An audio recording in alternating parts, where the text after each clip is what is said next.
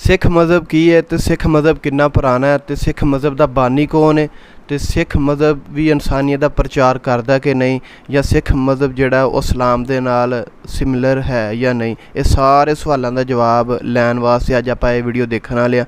तो वीडियो का link description च मैं रखता तो तुसीं वीडियो नूं जाके ज़रूर लाइक करना तो मेरे चैनल नूं सबसक्राइब ज़रूर करना। तो चलिए दोस्तों हुण वीडियो वेखने जी 1 2 3। भारत में सिख की पॉपुलेशन आज लगभग 2 करोड़ से ज्यादा है। सिखिज्म दुनिया का सबसे नए रिलीजन्स में से एक है। 1469 से 1708 के बीच सिखिज्म के 10 गुरुज ने सिंपल मैसेज प्रीच करना शुरू किया। ये मैसेज था ट्रूथ, गॉड के प्रति डिवोशन और यूनिवर्सल इक्वलिटी का। सिखिज्म अपने आप में यूनिक है और अच्छे एलिमेंट्स बाकी रिलीजन से शेयर करता है, लव और कंपैशन भक्तिज्म से। इसके साथ कुछ unique ideas gurus and sacred books में हैं जो इस रिलीजन को अद्भुत बनाता है। सिख आज भारत में सिख दे जेड़े बानी ने वो तकरीबन 10 लोग हैं, पर इंडियन आर्मी में ये नंबर बढ़कर 10% तक हो जाता है। ते इंडिया दी आर्मी दे विच 10% इंडिया में एक रिवॉल्यूशन से कम नहीं था जब इंडियन सोसाइटी में रिलीजन और जेंडर के बेसिस पे डिस्क्रिमिनेशन बहुत कॉमन था, जब कास्ट सिस्टम और अनटचेबिलिटी जैसी सामाजिक बुराइयां हर तरफ फैली हुई थीं, जब सिखिज्म हमारी सोसाइटी के लिए अंधेरे में चिराग की तरह आया। सिख का अपना एक ग्रंथ है, गुरु ग्रंथ साहब, जो सिख गुरुज ने मिलकर लिखा और कंपाइल किया। ये समझना बेहद जरूरी है कि गुरुज को सिखिज्म में श्रद्धा मतलब जो गुरु जो बानी है उसको बड़ी रिस्पेक्ट दी जाती है, उसको पूजा नहीं जाता। भगवान को जाता है। इस्लाम में अल्लाह ताला को रिस्पेक्ट दी जाती है और उसको पूजा जाता है। यहाँ पे इनकी शख्सियत को नहीं पूजा जाता, उनकी रिस्पेक्ट की जाती है। लेकिन एक एजिलिटेरियन प्रिंसिपल्स पे होने के बावजूद पिछले कुछ सालों से हमने सिखिज्म में भी कास्ट सिस्टम और इनइक्वालिटी देखने को मिल रही है। ये बहुत आश्चर्य की बात है और इसे समझना जरूरी है। इस वीडियो में हम सिखिज्म के इतिहास और ग्लोरी को डिटेल में देखते हुए इस बात पर भी चर्चा करेंगे कि कैसे हर धर्म की तरह सिखिज्म के विदिन कुछ कॉन्ट्रडिक्शन ने जन्म लिया। वो कॉन्ट्रडिक्शंस जिनके चलते सिखिज्म के कई फॉलोअर्स आज अपने गुरुओं की सीख के अगेंस्ट जाते दिख रहे हैं।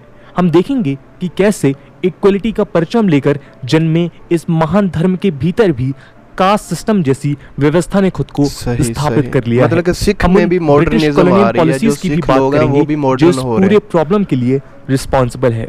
चलिए सबसे पहले हम शुरुआत करते हैं सिखिज्म की हिस्ट्री से। नमस्कार दोस्तों, मेरा नाम है आदर्श और स्वागत है आपका स्टडी आईक्यू में। हिस्ट्री ऑफ सिखिज्म, चलिए दोस्तों देखते हैं। सिखिज्म वर्ल्ड रिलीजन्स में सबसे यंगेस्ट रिलीजन्स में से एक है। इसकी शुरुआत होती है 1469 से। 1469 में इसके फाउंडर गुरु नानक देव जी का जन्म नानक देव पाकिस्तान में हुआ था। उन्होंने हर प्रकार की डिस्क्रिमिनेशन के प्रति आवाज उठाई। उनके अनुसार डिविनिटी का एक्सपीरियंस हर इंडिविजुअल अपने अंदर कर सकता है बिना किसी भेदभाव के, जो कास्ट, क्रीड, जेंडर या नेशनैलिटी के बेसिस पर आधारित हो। जब डिवाइन की अवेयरनेस होती है तो हर इंडिविजुअल प्यार, सत्य, पेशेंस और शांति से भर जाता है। 30 साल की उम्र में उन्होंने एनलाइटमेंट प्राप्त की और उसके बाद 15 साल तक ट्रैवल करके पूरे इंडियन सब कॉन्टिनेंट में उन्होंने अपने ब्रदरहुड के मैसेज का प्रचार किया। सिख का मानना है कि गुरु नानक देव जी की सोल एक गुरु से दूसरे गुरु ट्रैवल करते हुए ऐसी प्रेरणा देती है जो सोसाइटी में चल रहे अत्याचार के अगेंस्ट आवाज उठाने में बहुत बड़ा योगदान बनी। शुरू से ही निर्गुण भक्ति में सिख विश्वास रखते थे। इसके बाद सिखिज्म धीरे धीरे बढ़ने लगा। 5th गुरु अर्जन देव जी ने हरमंदिर साहिब अमृतसर में यानी कि गोल्डन टेम्पल की कंस्ट्रक्शन कंप्लीट की। गोल्डन टेम्पल सिख के लिए सबसे सेक्रेड प्लेसेस में से एक है। इसकी कंस्ट्रक्शन इस तरह से की गई है कि 4 तरफ से अंदर जाने के लिए 4 दरवाजे हैं। इसका अर्थ ये है कि इसके दरवाजे हर इंसान के लिए खुले हैं, चाहे वो किसी भी धर्म, कास्ट या बोली से हो। आज भी इस गुरुद्वारे में बिना किसी भेदभाव के हर रोज लाखों लोगों को लंगर परोसा जाता है। गुरु अर्जन देव जी की भक्ति पूरे पंजाब में फैलने लगी और इसी समय मुगल एम्परर जहांगीर ने अपनी नैरो माइंडेडनेस के कारण इन्हें टॉर्चर करना शुरू कर दिया। पूरे 5 दिन तक टॉर्चर होने के बाद और अपने फेथ पर अटल रहने के बाद अर्जन देव जी हमेशा के लिए अमर हो गए। जहांगीर के द्वारा किए गए टॉर्चर के बावजूद सिखिज्म इंटरफेथ टॉलरेंस का भी प्रतीक बना रहा। नाइन्थ गुरु तेग बहादुर जी इसके सबसे बड़े प्रमाण हैं। 17th सेंचुरी के अंत में मुगल एम्परर औरंगजेब दिल्ली में रूल कर रहा था। जैसा कि हम जानते हैं कि वो एक इनटॉलरेंट रूलर था और तेजी से कन्वर्जन्स की तरफ उसका पूरा ध्यान था। जब कश्मीरी पंडित्स को फोर्सफुली इसके द्वारा कन्वर्ट किया जा रहा था, तब तेग बहादुर जी से पूछने पर उन्होंने कहा कि मुगल एम्परर को कह दिया जाए कि अगर औरंगजेब तेग बहादुर जी को कन्वर्ट कर लेगा तो वो भी सब मान जाएंगे। इसके बाद लंबे चले औरंगजेब के टॉर्चर के बाद भी तेग बहादुर जी ने अपने फेथ नहीं छोड़ा। उन्हें अपने प्राणों की आहुति दिल्ली में देनी पड़ी। चांदनी चौक के पास शीशगंज गुरुद्वारा तेग बहादुर जी के मार्टियरडम का प्रतीक है। इसके बाद 10th गुरु गोविंद सिंह जी, जो कि गुरु तेग बहादुर जी के बेटे थे, उन्होंने 1699 में खालसा पंथ की स्थापना की। खालसा एक ऐसी कम्युनिटी का प्रतीक बना जो मेन और विमेन के बीच इक्वलिटी स्टैब्लिश करता है और शांति का मैसेज भी स्प्रेड करता है। इसी के साथ खालसा ये भी सिखाता है कि अगर इनजस्टिस और ट्राइनरी से लड़ने के लिए आर्म्स उठाने की जरूरत पड़े तो वो भी जरूरी है। इसलिए खालसा आर्मी का भी क्रिएशन हुआ। गुरु गोविंद सिंह जी ने गुरु ग्रंथ साहिब को कंपाइल किया और गुरुशिप को गुरु ग्रंथ साहिब के पास करके गुरुशिप को फिजिकल रूप से एंड कर दिया। गुरु गोविंद सिंह जी का सबसे बड़ा कंट्रीब्यूशन ये रहा कि उनके बाद से सिख रिलीजन ऑर्गेनाइज रूप से ग्रो करने लगा। अब हम सिखिज्म के कुछ इंपॉर्टेंट बिलीफ सिस्टम्स के बारे में डिस्कस करते हैं।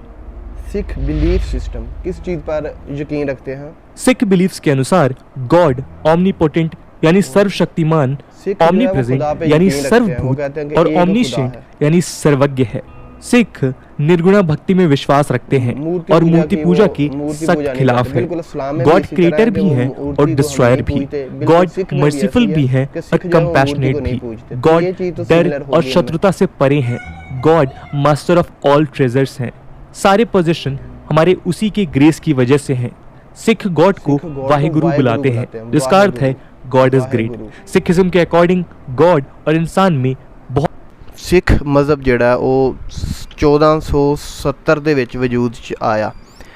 ਨੰਬਰ 2 ਕਿ ਸਿੱਖ ਜਿਹੜੇ ਨੇ ਇਹਨਾਂ ਦੇ 10 ਗੁਰੂ ਜਿਹੜੇ ਨੇ ਜਿਨ੍ਹਾਂ ਨੇ ਇਹਨਾਂ ਦੀ ਤਬਲੀਗ ਕੀਤੀ ਸਿੱਖ ਮਜ਼ਹਬ ਦੀ, ਉਹਨਾਂ 'ਚ ਸਭ ਤੋਂ ਬੜੇ ਨੇ ਬਾਬਾ ਗੁਰੂ ਨਾਨਕ ਸਾਹਿਬ, ਜਿਨ੍ਹਾਂ ਨੇ 30 ਸਾਲ ਦੀ ਉਮਰ ਦੇ ਵਿੱਚ ਆਪਣਾ ਮਜ਼ਹਬ ਦਾ ਪ੍ਰਚਾਰ ਕੀਤਾ। 15 ਸਾਲ ਵਾਸਤੇ 15 ਸਾਲ ਇਸ ਮਜ਼ਹਬ ਦੀ ਤਬਲੀਗ ਕੀਤੀ। ਤੇ ਦੂਸਰਾ ਇਹਦੇ ਵੀਡੀਓ ਦੇ ਵਿੱਚ ਇਹ ਦਿਖਾਇਆ ਜਾ ਰਿਹਾ ਕਿ ਜਿਹੜੇ ਸਿੱਖ ਨੇ ਉਹ ਮੂਰਤੀ ਪੂਜਾ ਨਹੀਂ ਕਰਦੇ। ਬਿਲਕੁਲ ਇਸਲਾਮ ਦੇ ਵਿੱਚ ਵੀ ਇਸ ਤਰ੍ਹਾਂ ਕਿ ਮੂਰਤੀ ਨਹੀਂ ਪੂਜੀ ਜਾਂਦੀ।